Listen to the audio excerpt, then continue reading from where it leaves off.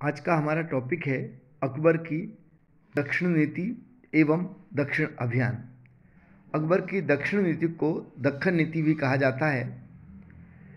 अकबर ने अपनी दक्षिण नीति के अंतर्गत अपने साम्राज्य का विस्तार किया। इसमें उसने दो तरह की नीति अपनाई। जो क्षेत्र उसे आसानी से प्राप्त हो गए और वे आर्थिक दृष्टि से महत्वपूर्ण थे, सबसे पहले उसने उन्हें लेने का प्रयास किया। पहले उसने शांति के साथ अपने दूत भिजवाए और दक्षिण के राज्यों से कहा कि वो कर चुकाएं। यदि दक्षिण के राज्यों ने इसके लिए मना किया, तब उसने युद्ध किया और उसमें भी जो क्षेत्र आसानी से उसे प्राप्त हो गए उसने ले लिया। दक्षिण में इस समय बहमनी साम्राज्य के पतन के बाद 5 प्रमुख राज्य थे: बीजापुर, गोलकुंडा, अहमदनगर, बीदर और बरार। ये 5 राज्यों में भी आपस में संघर्ष था। हालांकि विजयनगर के विरुद्ध ये पांचों राज्य एक हो गए थे। दक्षिण के विजय नीति के कुछ कारण थे। सबसे पहला, अकबर अपने साम्राज्य का विस्तार करना चाहता था। दूसरा, धन प्राप्त करना। दिल्ली सल्तनत के शासक, चाहे वो अलाउद्दीन रहे हों, मोहम्मद बिन तुगलक रहे हों, सभी ने दक्षिण भारत से धन प्राप्त किया।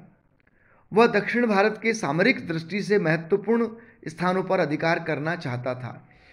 वह उन क्षेत्रों को प्राप्त करना चाहता था जहां से दक्षिण में या उससे लगे हुए उत्तर भारत पर नियंत्रण स्थापित किया जा सके, मध्य भारत पर नियंत्रण किया जा सके। विशेषकर नर्मदा के आसपास के क्षेत्रों पर, जैसे असीरगढ़ से अधिकार किया जा सकता था। अकबर ने मालवा और गुजरात पर विजय के बाद दक्षिण पर ध्यान दिया। सबसे पहले उसने 1591 में अपने राजदूत दक्षिण के प्रमुख राज्यों के पास भेजे। अकबर ने 1591 में 4 राजदूत भेजे, जिनमें खानदेश, अहमदनगर, बीजापुर और गोलकुंडा में उसके राजदूत गए। इनसे यह संदेश कहलवाया गया कि राजस्व दें और अधीनता स्वीकार कर लें। किंतु इसमें अहमदनगर, बीजापुर और गोलकुंडा ने न तो राजस्व देना स्वीकार किया, न ही अकबर की अधीनता देना स्वीकार किया। केवल खानदेश ने अकबर की अधीनता स्वीकार की और उसे राजस्व देना स्वीकार किया। सबसे पहले हम बात करते हैं खानदेश। खानदेश वर्तमान में महाराष्ट्र के कुछ इलाका और मध्य प्रदेश के बुरहानपुर जिले का इलाका है। यहाँ फारूकी वंश का शासक था। फारूकी वंश का शासक अली खां था। इसकी राजधानी बुरहानपुर थी। इसके पास प्रमुख किला असीरगढ़ था। फारूकी शासक अली खां ने राजस्व देना स्वीकार कर लिया और अकबर की अधीनता स्वीकार कर ली। क्योंकि अहमदनगर, बीजापुर और गोलकुंडा अकबर के अधिकार वाले क्षेत्रों से दूर थे, किंतु खानदेश पास में था। इसलिए व्यावहारिक नीति अपनाते हुए खानदेश ने अकबर की अधीनता स्वीकार करते हुए उसे राजस्व देना स्वीकार कर लिया। उसके बाद हम आते हैं अहमदनगर अभियान। अकबर ने 1593 में अब्दुल रहीम खानखाना एवं मुराद को अहमदनगर भेजा था। यहाँ पर इस समय शासन का भार चांद बीबी संभाल रही थी। चांद बीबी मूलतः बीजापुर की रानी थी। वास्तव में वह बीजापुर की रानी थी, किंतु अहमदनगर में इसका भतीजा शासन कर रहा था।